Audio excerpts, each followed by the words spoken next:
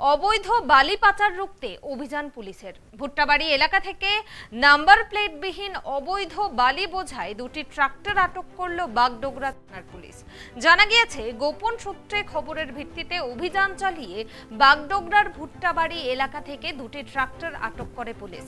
চালকের কাছে বৈধ কাগজপত্র না থাকায় গাড়ি দুটিকে বাগডোগরা থানায় নিয়ে আসা হয়েছে। তবে অবৈধভাবে কিভাবে বালি পাচার হচ্ছে এবং এই বালি পাচারের পেছনে আর কারা কারা যুক্ত রয়েছে, পুরো ঘটনার তদন্ত শুরু করেছে বাগডোগরা থানার পুলিশ। বহুবার প্রশাসনের চোখে ধুলো দিয়ে নদী থেকে অবৈধভাবে বালি তুলে পাচার করছেন বালি মাফিয়ারা। প্রতিনিয়ত পুলিশ প্রশাসন ও বিএলআরও অভিযান চালাচ্ছে। তবুও কিভাবে বালি পাচার দিনের আলো ও রাতের অন্ধকারে করছে বালি মাফিয়ারা, তার তদন্তে বাগডোগরা থানার পুলিশ।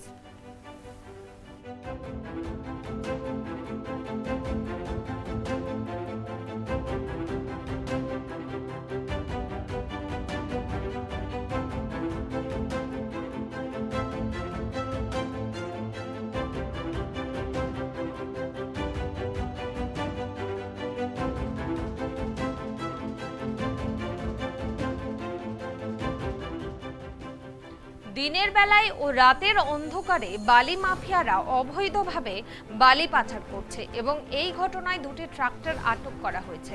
এ বিষয়ে আমরা বিস্তারিত জানবো। এই মুহূর্তে আমার সঙ্গে শিলিগুড়ি থেকে টেলিফোন লাইনে জুড়ে আছেন ট্রাইব টিভির প্রতিনিধি ঋষি চ্যাটার্জি। ঋষি, কি আপডেট রয়েছে? এখনো অবধি কতজনকে আটক করা হয়েছে এই ঘটনায়? দেখো পুনমি, তোমাকে প্রথমে জানিয়ে রাখি, গতকাল বিকালে সন্ধ্যার দিকে ঠিক বাগডোগরাতে অবৈধভাবে বালি পাচার করা হচ্ছিল।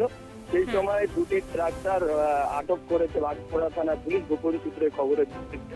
এর আগেও কিন্তু ফাঁসি দেওয়া, পরিবাড়ি, নকশালবাড়ি এবং বিভিন্ন জায়গায় কিন্তু অবৈধভাবে বালি পাচার করা হচ্ছে রাতের অন্ধকারে পুলিশের নজর এড়িয়ে।